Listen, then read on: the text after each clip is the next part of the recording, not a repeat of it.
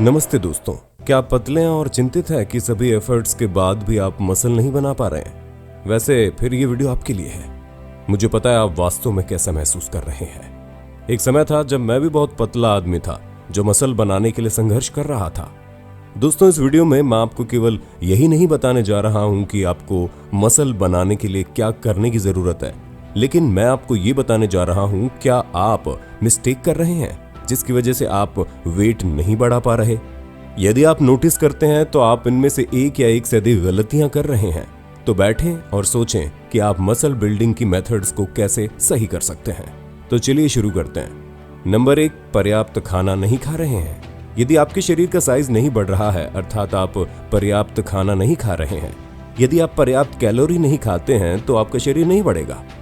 तो अगर आप बढ़ नहीं रहे हैं तो आप पर्याप्त नहीं खा रहे हैं। जब मैंने वेट लिफ्टिंग शुरू की तो मैंने विभिन्न फिटनेस मैगजीन्स में बॉडी बिल्डर वर्कआउट रूटीन को फॉलो करते हुए सप्ताह में 5 से 6 दिन जिम में बिताए। अगले 3 वर्षों में मैंने लगभग कुल 8 किलो वजन बढ़ाया, जो कि एक अच्छे मसल मास के लिए पर्याप्त नहीं था। वास्तव में मुझे ये पता चला कि मैं प्रतिदिन 500 से 1000 की कम कैलोरी खा रहा था। फिर मुझे मसल ग्रोथ स्टिमुलेट करने की आवश्यकता थी। आपका गोल ये होना चाहिए कि आप प्रतिदिन 200-300 ज्यादा कैलोरी ऐड करें, जब तक आपके पेट को इसकी आदत ना हो जाए। लेकिन आप जो खाना खाते हैं वो भी बहुत इंपॉर्टेंट है। बहुत सारे हाई कैलोरी फूड खाएं, बहुत सारा प्रोटीन लें और वेजिटेबल्स को मत भूलिए। Number 2, setting unrealistic expectations. लोगों की अनरियलिस्टिक एक्सपेक्टेशन होती है और वो फेल हो जाते हैं। और हम सभी ने यूट्यूब और सोशल मीडिया पर ये कहानियां सुनी हैं कि कुछ लोग जिन्होंने 2 महीने में 15 किलो मसल गेन की होती है। वैसे मैं उस पर कमेंट नहीं करना चाहता, लेकिन मैं आपको यहाँ ये बताना चाहता हूँ कि मसल बिल्डिंग की जर्नी में आपको पेशेंस रखने की आवश्यकता होती है। यदि आप इंटेंस, फोकस और डिसिप्लिन के साथ डेडिकेटेड हैं तो पहले साल में 15 से 20 किलो मसल गेन करना पॉसिबल है। इसलिए अपने एक्सपेक्टेशंस को सही से सेट करें। किसी और की डाइट या वर्कआउट को फॉलो ना करें। अपने वेट गेन के शुरुआती दिनों में अपनी डिसिप्लिन पर फोकस करें। अपने शरीर को समझें, स्वस्थ भोजन खाएं, दिन ब दिन भोजन की ज्यादा क्वालिटी और क्वांटिटी जोड़ने की कोशिश करें और वर्कआउट शुरू करें और इसे अपनी प्रायोरिटी बना लें। नंबर 3, एक सॉलिड प्लान का ना होना।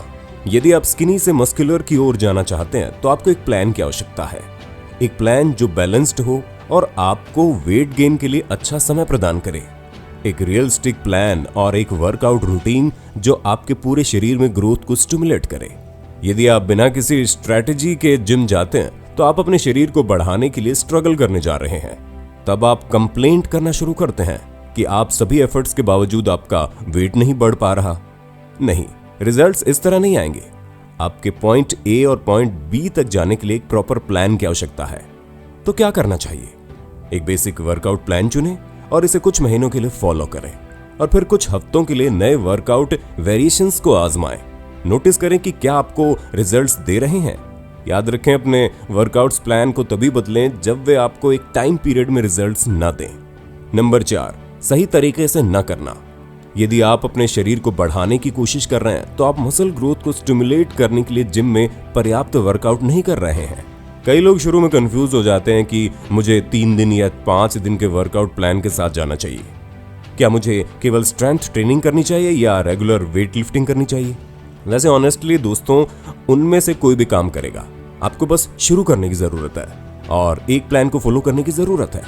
कंसिस्टेंट रहने पर फोकस करें और सही भोजन, प्रॉपर रेस्ट और वर्कआउट प्लान्स में डिसिप्लिन को फॉलो करें। बस अधिक regular pushup, body weight squats और पुलअप्स कंडीशनड होने का एक अच्छा तरीका है। लेकिन एक सर्टेन पॉइंट के बाद ये चैलेंज को बढ़ाए बिना मसल ग्रोथ का उत्पादन नहीं करने की संभावना अधिक है।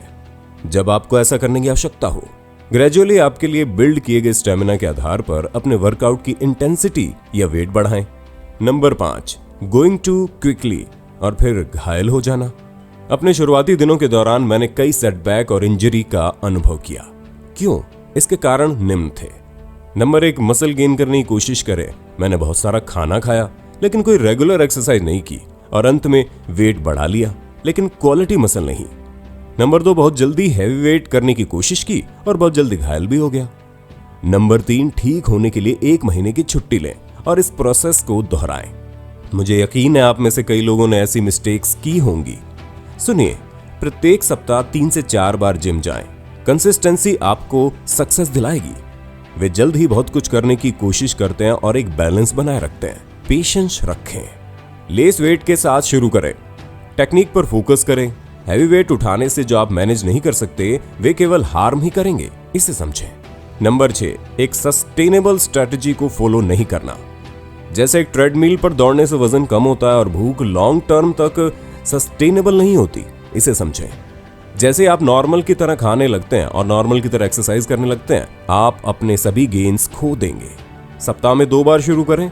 एक बेसिक वेट ट्रेनिंग प्रोग्राम को फॉलो करें और उसके बाद यदि आपके पास एक्स्ट्रा टाइम है तो आप एक हेल्दी फूड और अच्छी नींद लें। ये सिंपल बात है।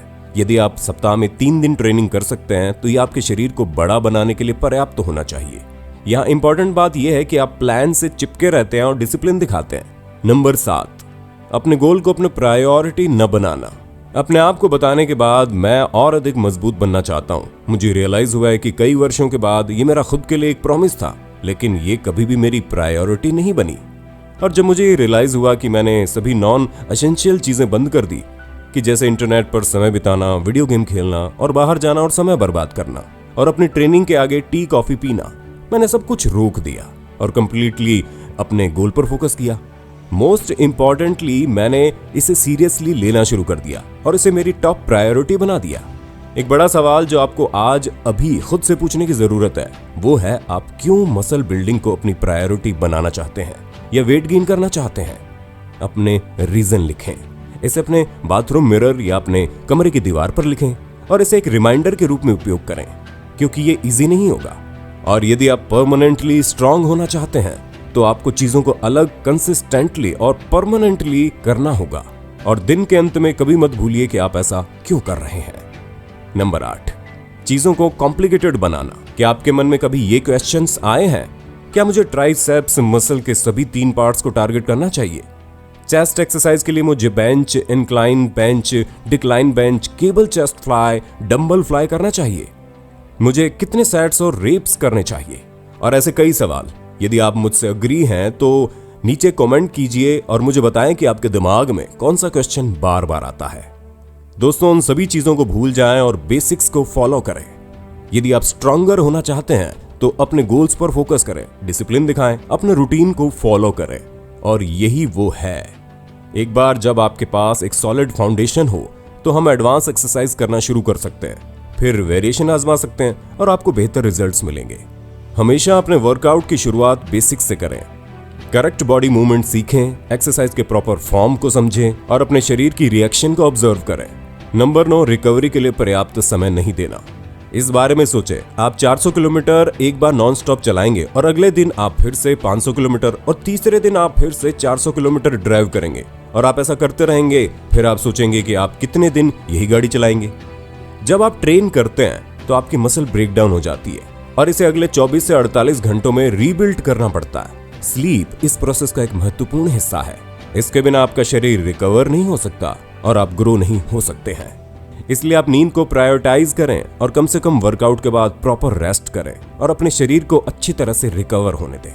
याद रखें, मसल को जिम में नहीं बनाया जाता, जब आप आराम करते हैं तब मसल बनती है। नंबर 10, खुद के साथ ऑनेस्ट रहें। अंतिम और सबसे इंपॉर्टेंट बात, खुद के साथ ऑनेस्ट रहें। इससे मेरा यह आशय है, मसल बिल्डिंग की जर्नी में आपको डेडिकेशन और डिसिप्लिन की बहुत आवश्यकता होती है। आप इससे सहमत है या नहीं? यदि आप सहमत है तो लाइक बटन को हिट कर दीजिए और मुझे ध्यान से सुनिए। आपने कितने दिनों तक वर्कआउट प्लान को फॉलो किया? क्या आपने जंक फूड खाना बंद किया? क्या आपने अपना डाइट प्लान फॉलो किया? मुझे बता दें, एक हफ्ते में आपने कितनी बार अपने वर्कआउट को मिस कर दिया? आपने फिट और स्ट्रॉन्गर होने के अपने प्रॉमिस को कितनी बार तोड़ा? दोस्तों, मेरी बात सुनिए, आपके जीवन में बेस्ट टीचर आपके खुद की इनर वॉइस है। क्या आप अग्री हैं या नहीं? आपको अपने जीवन में कुछ अचीव करने के लिए आप में सेल्फ डिसिप्लिन होना चाहिए। आपको रूल्स को फॉलो करना आना चाहिए।